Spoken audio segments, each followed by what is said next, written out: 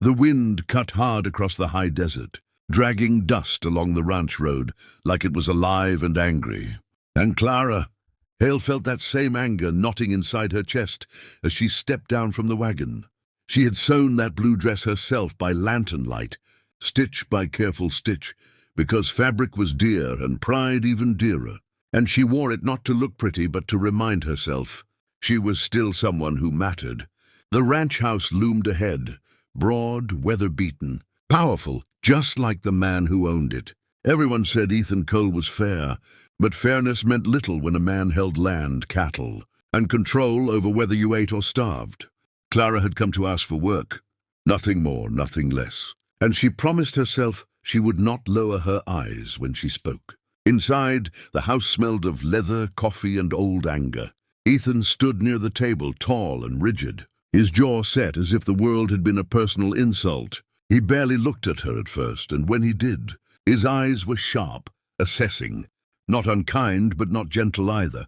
Words passed between them about wages, about hours, about rules, and tension clung to every sentence. Clara spoke plainly, refusing to beg, and that alone seemed to unsettle him. When she insisted on fair pay, something snapped. He moved too fast, gesturing in frustration, and his hand caught the sleeve of her dress as she stepped back.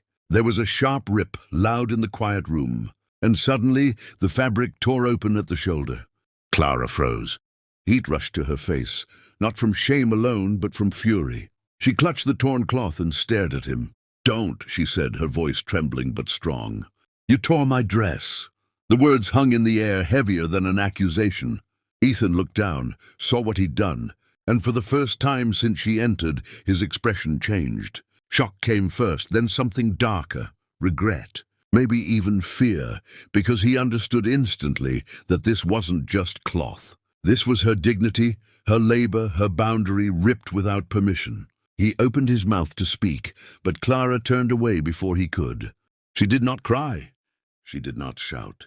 She simply walked out, each step echoing like a verdict. Outside, the wind hit her again, but she welcomed it. Better the cruelty of nature than the careless power of a man who didn't know his own strength. Ethan followed her to the door but stopped there, watching as she climbed back onto the wagon with her head held high, one hand gripping the torn dress, the other steadying herself against the rail. As the wagon rolled away, something settled deep in his chest, an understanding that he had crossed a line he could never uncross. That night, sleep refused him. He replayed the moment again and again, the sound of tearing fabric louder each time. He had lost workers before, lost deals, lost cattle to storms and thieves. But this loss felt different. It felt personal. By dawn, regret had hardened into resolve. He would make it right, even if it cost him pride, even if it cost him peace. Out on the road, Clara swore she would never return. Yet as the ranch disappeared behind her, she couldn't shake the feeling that this story was far from over, that the tear in her dress had ripped open something far larger in both of them. Days passed, but the sound of tearing cloth would not leave Ethan Cole's mind, following him through the corrals, into the barn, and back to the empty rooms of his house at night, until even the horses seemed to sense his unrest. He found himself staring at the doorway where Clara had turned away, replaying how small the moment had been and how enormous its weight now felt. Regret was a strange thing for a man who had built his life on command and certainty, yet it gnawed at him with a persistence no storm ever had. Meanwhile, miles away, Clara tried to mend her dress, her fingers steady but her heart restless, because the tear had not only split fabric but trust in the world she struggled to survive in. She took work where she could, scrubbing floors, hauling water, enduring the quiet pity of women who had learned not to ask questions. At night she lay awake, wondering why his face, shocked and stricken in that instant, would not leave her thoughts, though she told herself she owed him nothing, not forgiveness, not understanding, not another breath of consideration. Fate, however, has a cruel way of tangling lives. When a sudden fire broke out near the edge of the ranch land, spreading fast through dry grass and threatening the nearby settlement, Clara was among those who ran to help. Bucket in hand, dress patched, but pride unbroken. Smoke filled the air, chaos reigned, and in the blur of flames and shouting, she found herself face to face with Ethan again.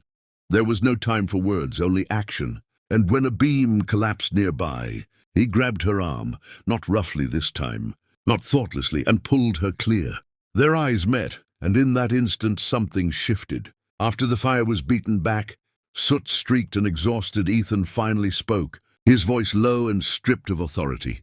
He apologized, not with excuses, not with explanations, but with a raw honesty that startled her more than anger ever could. He offered to replace the dress, to pay her wages she never earned, to do anything to erase the moment, but Clara shook her head. She told him that what was torn could not be bought back so easily, that respect was not a commodity, and that regret meant nothing without change. The words cut deep, yet Ethan did not flinch. Instead, he listened, truly listened, perhaps for the first time in his life. Over the following days, he sought her out, not to demand, not to command, but to help where help was needed, working beside others without privilege, earning blistered hands and wary glances. Clara watched from a distance, suspicion wrestling with reluctant curiosity. Slowly, the man she thought she knew began to fracture, revealing someone flawed, humbled, and struggling to rebuild what he had broken. When he offered her work again, this time on her terms, she hesitated, fear and hope warring in her chest, because trust once torn is not easily mended.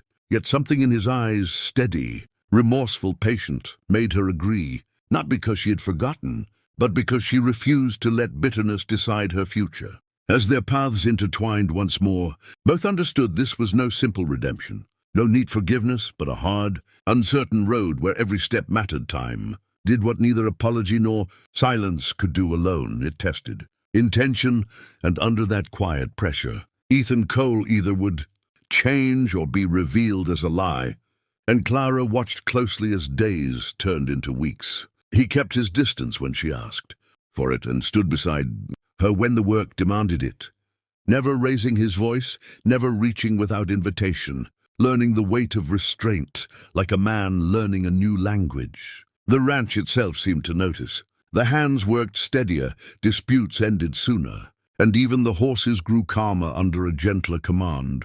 Clara carried her patched dress folded in a trunk, not as a wound but as a reminder, because forgetting would have been easier than trusting, and she refused the easy path. When a drought tightened its grip and desperation crept into every decision, Ethan made one that stunned everyone.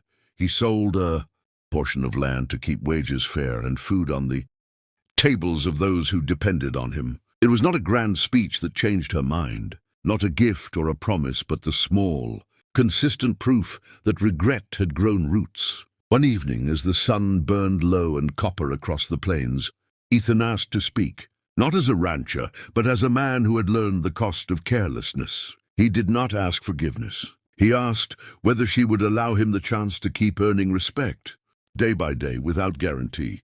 Clara felt the old anger stir and then soften, not erased but transformed, because strength, she realized, was not in holding pain forever, but in choosing what came next.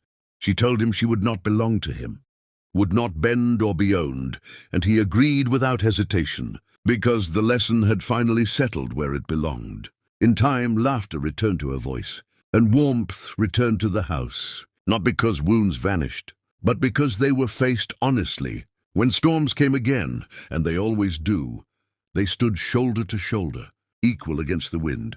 The torn dress was never replaced.